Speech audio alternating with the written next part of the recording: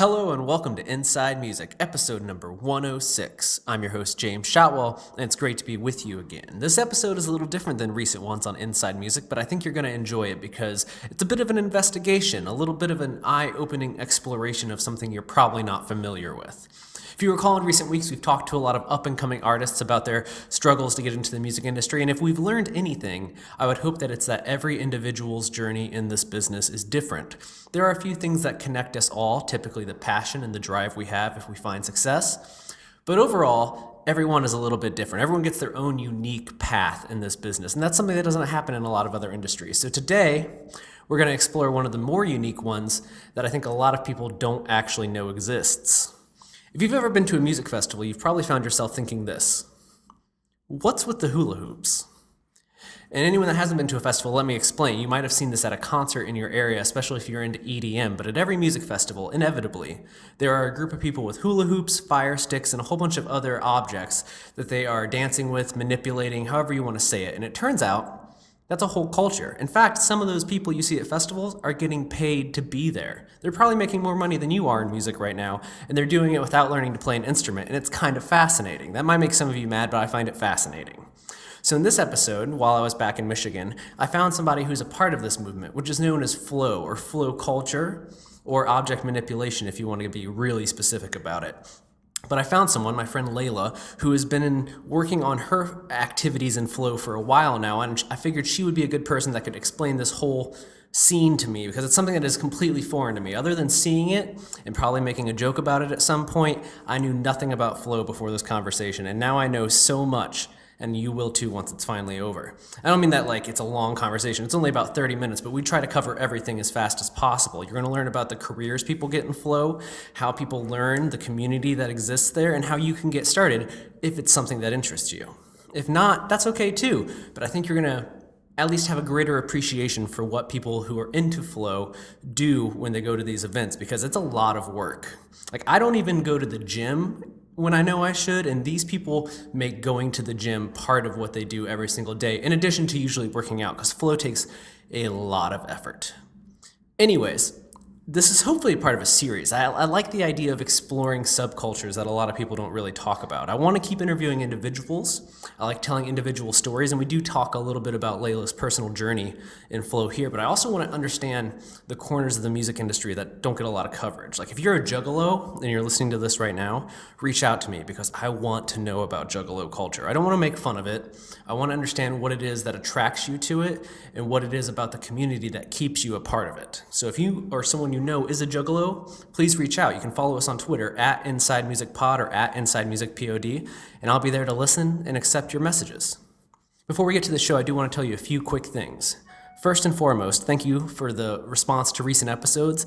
It's always a risk to have up-and-coming artists on the show, but since we don't really care about numbers, we care about good conversations, I think it's always been a worthwhile risk, and your response has been overwhelming. A lot of great feedback, and we're going to continue this one-on-one series with up-and-comers in the months ahead. Secondly, this episode of Inside Music is brought to you by Holix, the music industry's leading digital promotional distribution company. And what that means is that Holix works with record labels and independent artists from all over the world to share new and unreleased music with the industry at large without fear of piracy. Holix makes this possible through fully customizable web pages and promotional emails that guarantee your music makes the biggest impact possible on members of the press, radio, and anywhere else in the music industry your music needs to go. For more information on Holix and access to a free 30-day trial, visit holix.com. That's HAULIX.com. I also want to encourage you to give the world of flow a chance. Maybe it's not for you, but it is great exercise. It's amazing cardio. So if you need something to get your blood pumping and you love music, why not put on your favorite album? Go buy a hula hoop, go buy some sticks, go buy whatever you want, and just move your body, get out there, enjoy it. I think there's these cool kid points that come with being in music too long. You start thinking like you're not allowed to enjoy music the way you did when you first fell in love with going to live events, because someone might see you and think you're not acting like the over 25-year-old that you are, but in reality, who cares? You're there to enjoy live music, and if moving, dancing, doing flow is the thing that helps you to enjoy music, then that's what you should do. You should embrace it, and you should live your life, because at the end of the day, that's the only thing we have to do. live our lives. Now, I don't have any music for this episode, so I just chose a random song, though I do want to give a little credit to the person behind it. So if your name's Hoodie Allen and you recorded this song, thank you so much. To everyone else, support Hoodie and be on the lookout for a new album soon. Enjoy the show. Are you having any fun? Are you having any fun? Check it. Yo, if you ain't having fun, what you do it for? Quit your job, leave your wife, tell your kids you went on tour. You went out to get them snacks, ice cream and some chocolate fudge. You the one they love, so if you disappear, they hold a grudge. Showing up at graduation, telling them you're proud they made it. Then it's back to your vacation, bumping Californication in your station wagon that you borrowed from your older neighbors. Left a note that you would take it. You kids get back here! Living life without responsibility, sorta sounds a deal to me. Change my name to Cavity, cause everybody feeling me. Heard some people say I ain't a real MC. Might become a chef the way these motherfuckers grilling me. Meanwhile, I got every Will Smith CD and the first 2 seasons of Felicity. Rapping's like a gift to me. Literally, I hit him with the pawn like, yeah, baby, baby. Are you having any fun? Are you Are you having having any fun? So when you don't work, 'cause you work a lot, as you told me when I got here, what is like a typical day for you? I normally wake up early. I try to be up before 9 a.m. I Okay. spend like an hour doing yoga, stretching. I make a smoothie every day. I try to like really take care of my body because since I started hooping, it's rough. Like I used to eat nothing but junk food and pizza and all bad things. And like I never had any energy. So now I try to like take care of my body in the morning, get it started with lots of like natural energy. And if I don't have to go to work and the weather's nice, I'm outside instantly. Yeah. I like to run or like even walk down trails or spend lots of time hooping or like spinning poi. I got staffs. So it's like all object manipulation pretty much, like circus Okay. stuff. Yeah, I guess. I mean, I've known hooping longer than I've known you because of just being around music. But it wasn't until like I saw you post about it so much, and I realized that like I never considered it as like a fitness thing. And then I realized like I saw how seriously you took it, and I was like, oh crap, like that's actually work. That's just like exercising. Like it's. I mean, I guess, and as dumb as it's gonna make me sound, I guess all like dance and everything is a form of exercise. But like, I guess most people probably don't take flow. Is that the word I should use? Yes. Flow. Yep, flow. Flow. Okay, we're learning everything. All the things. So flow is. I guess that's probably the first misconception. Is most people don't think it's very serious. I guess. I mean, I don't mean that like a disparaging. But way. you're right. You're right. Dude, when I tell people that I play with hula hoops, Yeah. they're like, How old are you? yeah. I mean, I like- guess that's your first thought, right? Right, exactly. And they're like, you're 26 years old and you still play with hula hoops all Yeah. the time? Well, if But- anything, you play with them more and more, Yeah. it seems like. Yep. So take me back to the beginning. Like when, I know that you've always liked music, but like what starts the flow thing?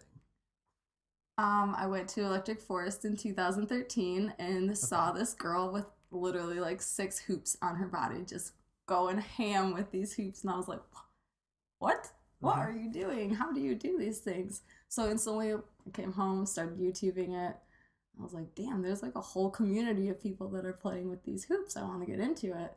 So I bought a hoop, and for like a year, I just practiced in my backyard all the time for hours a day. Just learning all these new tricks and like learning how to put different things together. And I like actually got good at it, which is weird Yeah. for me because I'm like not one of those people that picks things up and is just like, oh, hey, good at Okay. this thing. I would say that it seems like it's completely like altered your course in life. Yes. Which is weird to me because people fall in love with music all the time and I know like banking guys that love metalcore, and I love people that work at Amish restaurants that love hardcore gangster rap, but it doesn't change like their every day-to-day life. Their soundtrack changes, but this is like it's a whole thing with you. And I'm just trying to understand. So I guess what is it that altered your view? Like what is it about this? I honestly, I don't know how to answer that question. Like, I moved to Grand Rapids because I was working at a bar in Baldwin and I unexpectedly lost my job, and I had been wanting to move to the city because it had such a great music scene. And when I moved here, I was hooping at the intersection one night, and this guy comes up to me and he's like, you need to be at this location on Sunday night.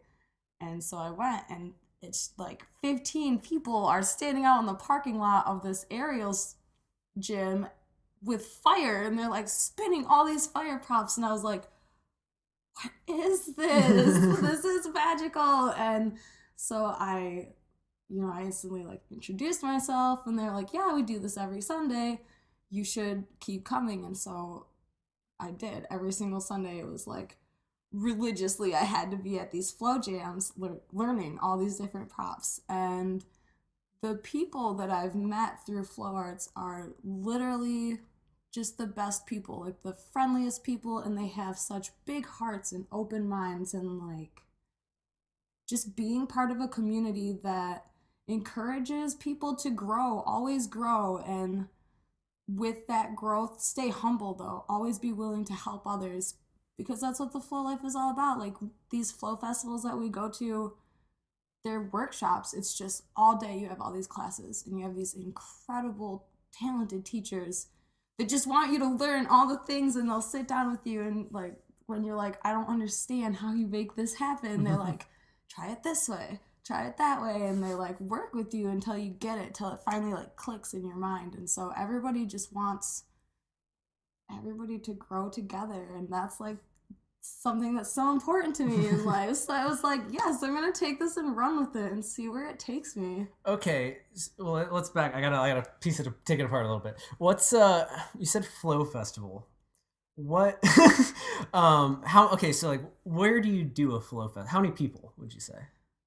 The flow festivals I've gone to have been probably around 200 or less people. Okay, but so where do you do something like that? I feel like you need a lot of space. You do, lots of space. One of my favorite places is Elderberry Farms in Bangor, Michigan. Okay. And it's just, this guy, Daniel, owns a huge-ass farm, and he invites all these flomies and musicians to come out and just take over his farm for the weekend, basically.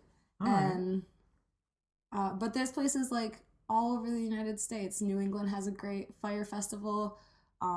We're going to Oregon for the prop gathering. So there's lots of like different venues that hold them. Last year I went to this super cool festival called Flow Down Fire Festival, and it was actually a girl's wedding that she threw it and had her like reception during the festival, which was absolutely magical, and they had all these performers do their thing after they said their vows, which was really cool to be part of. So yeah, I mean, they're just all over. And you said it's like workshops and such. Now, maybe this is a dumb question. This is like the adult in me speaking. Do people make money doing flow? Yeah, absolutely. Yeah, it's like a career. It is. I mean, I guess this is a career that I'm like, what we're doing is my career. So I guess why wouldn't that be a career? So like, what does a professional flow person do? Gosh, they perform. A lot of us perform at like music festivals, bigger music festivals.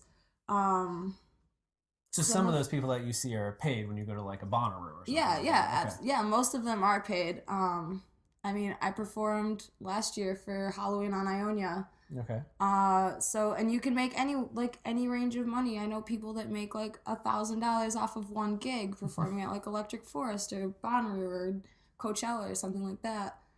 So, I mean, there's actually like money to be made if you're willing to commit your time to your practice, just like any other career. Honestly, like the more that you're willing to commit to it, the more there is that's achievable for you. That makes sense. Is that what you ultimately want to do? Honestly, I don't really think that. Well, how long have you been doing it? Sorry, I didn't mean to interrupt, but how long have you been doing it? About 3 years now. So I guess you're probably not at professional point yet. No, right? definitely not. You laugh. I wish. That's how uninformed I am. Is like I see you and I'm like, that's amazing, and you're like, nah. Oh, thank you. I wish, but there's some just insanely talented people out there. Like I see guys and girls that juggle like 5 or 6 poi on fire. Okay. Like it's nothing. They can sit there and have a conversation while throwing these fireballs around, and I'm just like, Okay. So but you don't know if that's what you want to do ultimately? I really love to teach. I mean, performing is super fun. It's great to get out in front of crowds. My favorite is little kids. Man, I performed at this like it was like a church youth group thing, and there was a bunch of little kids. And hoops are easy because kids know hula hoops. When they see a hula hoop on fire, they instantly are like, I could do that. I have one of those at home. Like, I could learn to do that. So it's like a very tangible dream. And that's where I really learned that I love teaching, because all these little kids run up to me and they're like, teach me how to do that. How do you go between your legs? How do you hoop on your arm? Like, and it's just so exciting for me to like give them a hoop and watch them figure things out and like piece together different things that they can do, and they don't even realize what they're doing yet, and I'm like, yes, queen, slay, get it, girl, you know? That's awesome. Yeah, so I would much rather teach than perform, I think. So you want to go into teaching. Now, you also have this thing coming up, which is interesting to me. I don't understand, I guess. I'm getting all over the place. I'm trying to keep it straight. You right now, I know you work 2 jobs in addition to doing flow, and so you basically do flow whenever you have time. And then I know this summer you're throwing the jobs to the wind and you're going after it. Yep. So I guess maybe start by telling everyone what it is you're doing this summer, and then I'll ask you about it. I am traveling with my good friend Jeremiah Jacobs. Is he a professional? He is a professional. He teaches and performs at all kinds of big flow festivals.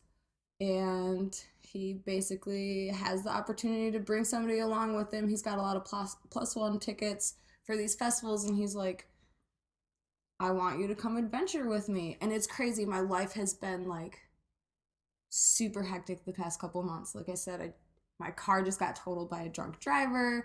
I like broke up with my boyfriend, moved out of our house that we had together into this place. So I've had this like feeling of like, why is the universe against me? Why are all these bad things happening to me? And now I realize that it was like opening up this opportunity to go on the run. Yeah. I don't have anything holding me here. I don't have a car loan anymore. I'm not signed into a lease. So it's the perfect opportunity for me to just like cut all my ties and like not have anything to worry about until I come back in September. Okay, I'm going to start with the hardest question first.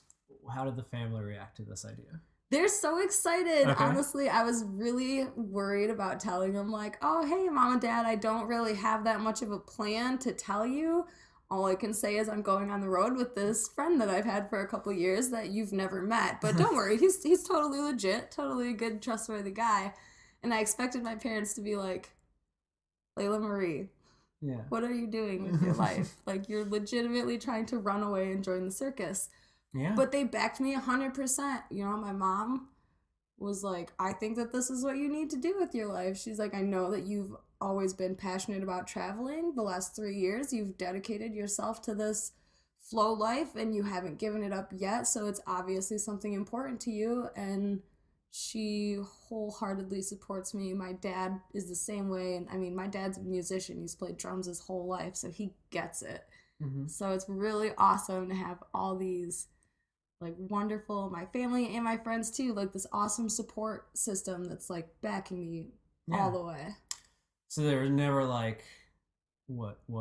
Basically just no, never. That's awesome. Yeah, it was super, very like uplifting for me. Now, what do you? I gotta backtrack because this made me giggle in my head when I thought of it. What do you call a professional flow artist? Is it a like if you're a like if you do plumbing, you're a plumber, but you can't be a flower. Like, is that that what you would say? A flow artist, or depending on how deep they go into it, some of them prefer to be called object manipulators. That sounds way cooler. Because some of the things they do are way cooler than just like grabbing a hoop and like dancing with it. I mean, it's all like knowing the space around you and knowing how to control your prop and like how to control your body with this extension, this prop, knowing where it's going to go. And I mean, one of the guys that used to teach me hoop, Mike Hayataka, he'll grab 4 hoops and he just will blow your mind, the things that he can do with 4 hoops, like make all these different crazy shapes with his hula hoops, and you're like, how do you not like hit your head or hit yourself in the face or like trip over it? I'm not sure if I can wrap my mind around what you're doing right now. And like those are the guys that I like call the object manipulators because they're just so good at what they do and they understand their props so well. Yeah. I think those are probably the ones that I'm most interested in learning more about. But can you, I guess people are going to want to know this. Can you do some fire stuff? Oh yeah. You get your I fire play stuff? with Is fire. it easier than it looks? It is, honestly. The hardest part about playing with fire is initially lighting them up. Yeah. Because here you are thinking, like, I'm definitely gonna burn myself. Mm-hmm. But once you start playing with the fire and you realize, like, if I keep this baby moving, it's not gonna hurt me. It's the same concept as, like, you know, you psych yourself out when you're about to, like, run your hand through a flame. Yeah. But once you do it, you're like, oh, that didn't hurt at all. Yeah. You realize, like, what you can do with fire and what you can't do with fire. And it's really fun once you start getting into, like, breathing fire and eating fire, because that's when you really start realizing, like, what your body is capable of. And, like, you can, like, suck these flames into your mouth and somehow you don't get burnt. And so everybody else is like, what? What? And you're like, you just know, like, you know exactly how, like, you have a technique to go through so you know you won't burn yourself, basically. Okay. What is, for you at least, like, what is the point of flow or the goal of flow on, like, a personal level for you? Like, is it like a Zen thing? It's very, very like, you reach, like, a meditative state. Like when you're really just into it. Mm-hmm. I mean, when I get out there, because there's days that I'll go out with my hoop and I'll drop it 800 million times and I'm like, there is no connection. Why? What is going wrong? And sometimes it's frustrating, but then there's other days that I go out and it's just effortless for me to connect to my hoop and, like, just feel it, just, like, know. And, like, the flow zone is what we call it. You know, you just get into that flow zone and, like, I don't think about anything else when I'm in that state. All I think about is the music and how it makes me move and, like, how this hoop is going to respond to all of my movements. And it can turn a bad day around instantly.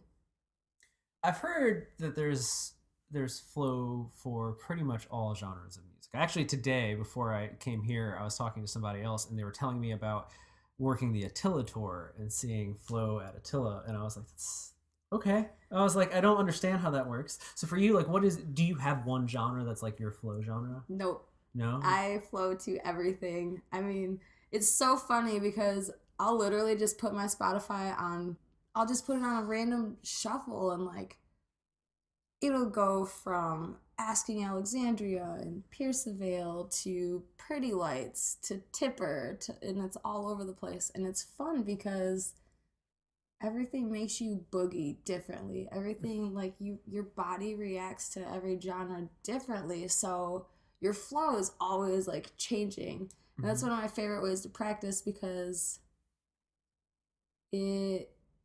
I always unlock different, like, combos and different, like, oh, hey, I can do this move, and then if I flip around, I can go right into this, and I would have never thought to do that if it weren't for, like, the breakdown of the music right there. Okay. So, yeah, I mean, I'm all over the place. I do not. I guess we experience music differently, but I like it. That's cool. I like that. That's the best part about music. I did. So I know I've listened to EDM for a while, but I honestly haven't been too deep into the live music scene of it, other than a few festivals and stuff. And then for New Year's, my buddy Ben and we drove out to Denver and we did Decadence out there for 2 nights, and there was tons of flow and everything. And I guess in the element, I get it in the idea that, especially in a world like EDM, I feel like there's so many different ways people take the music and, like, what they get out of an EDM show. It varies. Like a rock show, it feels like everyone kind of gets the same thing out of it. But EDM, it feels like it's a much more personal thing. And is that an aspect of flow, I guess? Is that there's something personal to it? Like you say you feel a connection to your hoop. It's not like some days I don't hoop well. Like if I was a basketball player, you'd be like, some days I just don't make shots. But you, like, it seems like it's an extension of you in a way. Mm-hmm, definitely. It's weird because it is very, very personal and like me. Yet it's like a performance. Exactly. It's like the perfect combo of, like, being all about you, but then everybody around you generally really enjoys what you're doing too. So it's kind of the best way to like do your own thing and then reach out to other people. Like my LED hoops, people at shows love to sit there and watch the LEDs because they make all these cool patterns, and so it's like stimulating for them and it adds to their experience, and it's so cool to me that something that I can do for myself will add so much joy to your experience too. Now we don't count. We don't count the finger gloves as flow, do we? I do. You do? That's a big. Okay, because that was the one thing when I was at this thing in Denver where I was just like the back quarter of the room was just really messed up kids watching people way too close to their face with their fingers, and it just makes the germaphobe in me a little gross because I'm like, that kid is way too sweaty to have his fingers that close to my eyeballs. But that is a part of this whole, I guess, flow as a thing. It really depends on who you ask. I know that so there are haters. Oh yes, All right. definitely. There's some people that are like, that's not a prop, that's not flow, blah blah blah blah blah. So there is like a hierarchy of things. Yes. Okay. Which I can understand how you would think that your fingers aren't props because they are you. Like I see like a hoop, a staff, poi, props. But that's not to say that you don't achieve that state of flow in your mind while you're tutting. It's like finger tuts is what it's basically is. Because some of my Glover friends, like, they do take it very seriously. Yeah, they do. There are people that are way into it. And it takes practice and lots of dedication to your art and watching other people and learning from others. And I can't say it's 100% because I was sober, because I was not 100% sober. But I do remember being kind of caught up in the moment and watching. I love to watch people watch flow. I think like that's what I get out of what you do is watching other people do. Perfect. Enjoy it. But for especially the fingers, because it's so close to the face and their jaws are always agape. But I did notice that there are people who find like a rhythm to the music, and it is kind of weird when it syncs up. I get it. I get it without wanting it to be right in front of my face. Yes, I'm the same way. I'm not about getting like light shows, probably for the same reason I don't like people being like right. Yeah, just strangers and there's sweat and there's a lot of things going on. Yeah, exactly. Yeah. But I do appreciate what they do and like the skills that they have, because I can't do that at all. My fingers are retarded. There's like some people like do all these like crazy light patterns where it looks like caterpillars are crawling in front of your face and stuff, but my brain doesn't work that way. I'll stick with my hula hoops. Have you seen or dealt with a lot of, I guess, anti-hoopers? Like, is that a thing? I know that people can be assholes, but like, do people actually say anything to you? No, not really. I've never really... You're kind of in a group usually. It's hard to get close when you have a hula hoop around you. Exactly. I would say I deal with people that don't realize what I'm doing more than I deal with people who don't like what I'm doing. They just don't get it. Or they don't really understand it. Right. Or they won't see it at all. Like, inebriated people will just walk right into my hoop, and it's like, this thing is so bright. How did you not see all these colors like spinning around me? And you're usually done up as well. Mm-hmm. I know for the Halloween thing, you had a cool little mask, half teddy bear mask. Yeah. Very nice. Yeah. That was super fun. That's all of my memory right there. It's just like that image of That was such a good time. That was honestly like one of my favorite costumes I've ever gotten to perform in too. I remember just being down in the crowd and like getting in people's faces, and they're like, I don't know if I should be scared of this girl or like I'm kind of intrigued. So that was super exciting. So you're gonna go on this summer adventure. You're gonna go to a whole bunch of festivals and things. What for you is the ultimate goal? Like, what do you want to, when we get to September? Like, what if, I guess, are you open to whatever happens? Because I feel like that you could leave and never come back. You could find a job somewhere. You could fall in love with Tulsa, Oklahoma, for all you know right now. Right. Yeah, I know. I'm kind of like in the same mind frame. I really just want to learn. I really want to take this as a learning experience. I know that I will be around a lot of very talented flow artists, and I'm just going to try to stay the course and not get distracted and end up ditching out and staying in Tulsa, Oklahoma, you know. It's hard not to. I know, I believe it. Because I'm that type of person too. I'm the type of person that, you know, if I like something, I'm just gonna go with it. I'm gonna stay there and like pursue it. But no, I just want to really like make new connections and learn all the things and grow in the art, pick up new props that I've never gotten to play with before and see what I can do with them. Like I'm really hoping to learn more. There's a prop called the Dragon Staff that I'm just absolutely in love with, and I really want to learn more about that. Well, it sounds cool. It is so cool. It's so much fire. It's just like a long staff with all these fireworks on both sides. Okay. And you just do all these like contact moves, so it's like just rolling down your body and like behind your neck and down your legs, and there's just fire whipping everywhere. So it's like a pyro's dream come true. So you're open to anything, but you just want to learn. Mm-hmm. And then what do you do when fall comes? Don't know yet? Hopefully not come back to Grand Rapids. I think that should be the goal. Yeah, Just I don't get out want to there. come back here, honestly. I know that if I do, like I've got my serving job to fall back on, I've got a place to stay, but It's not really a life. I don't, right. It's not what I want for myself. I know that I can do better things, like bigger things with my life. So why settle coming back to what I already know? Well, I think there's this thing that happens to any form of creativity that, and if you don't agree, that's totally fine. But I think you reach this point where once you're able to go out and do something with it, like do the summer thing, or if you go on tour and you're like a singer-songwriter or something, like, or you get published in a magazine, as soon as you get on the other side of that first hill, you're like, I can't go back. Like it's like you've seen that the Matrix exists, and you're like, oh, I don't have to. I can just do this. Oh, then I'm just gonna do this. Like, why would I ever do anything else? Right? Why settle when you know, at that point, you know what you're giving up. Like I know what I would be missing out on, and I know that I don't want to miss out on these things. Like, why would I come back to serve at TGI Fridays, endless abs forever, when I could just be out there like teaching and hula hooping and learning and growing? Yeah. Oh, absolutely, absolutely, and I hope that that's what comes to pass. It might not. It's probably not going to be easy. I can't imagine that's easy to make it in flow. No, I didn't know that it was a not. profession before today. Right, most people don't. I mean, the people that I work with at Fridays, when I tell them like, oh, I'm a fire performer, I like spin fire at festivals, they're like, you do what? Yeah. What do you mean you spin fire? What does that mean? Yeah, exactly. And I try to show them videos, and they're like, oh yeah, that's cool. And I'm like, you don't understand how cool it is. I imagine people are like, yeah, how do you get those in the show? Like, you know, they have like really dumb questions. They don't really. Oh yeah, They don't yeah. think it's a professional. Okay.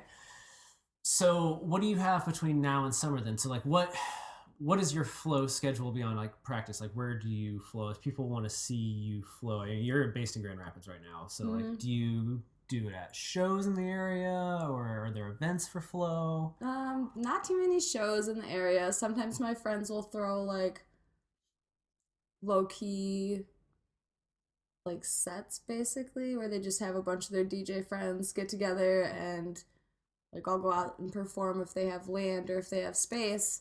But a lot of places that we perform at, like Michigan Peace Fest or Elderberry Farms, they have a couple bigger festivals. Like they did Branch Out and Camp Out last year, and Boredom Fest is coming in May, I believe. There's another one coming, Space Invaders. We do a lot of shows at Elderberry, and we also, my fire troop Thermogenesis does all the fire safety for Elderberry. Thermogenesis. Yep. That's pretty punny. I like it. I know, I like it. When I met them, I was like, oh, you cats are pretty cool. I can hang out with you for a while. They're like, if you get the joke, you can join. Yeah. I like it. So for people that, how hard is it to get started in flow? I guess that's a good place to wrap it up. So if people want to be, if people are now like, oh, I didn't know this was like a culture, how do I become a part of it? Like, how do you get started? Just pick up a prop. I mean, when I first started, because I didn't even start with hoop, I started spinning poi, and I had knee-high socks, and I put hacky sacks in them for weight, and I just started spinning them. And I mean, you can look on YouTube for tutorials for anything these days, so obviously that's a great resource. Just practice, just play, and like have fun with it. And if like look into like Facebook groups for flow, because there's flow artists all around the world, and they're always looking like, hey, I live in this city, let's meet up and have a flow jam, and we'll all go to the park and play with our props together and learn and bounce ideas off of each other. And I mean, there's big burn festivals that you can look into going, like Kinetic Fire is a huge one that a lot of flow artists look into going to.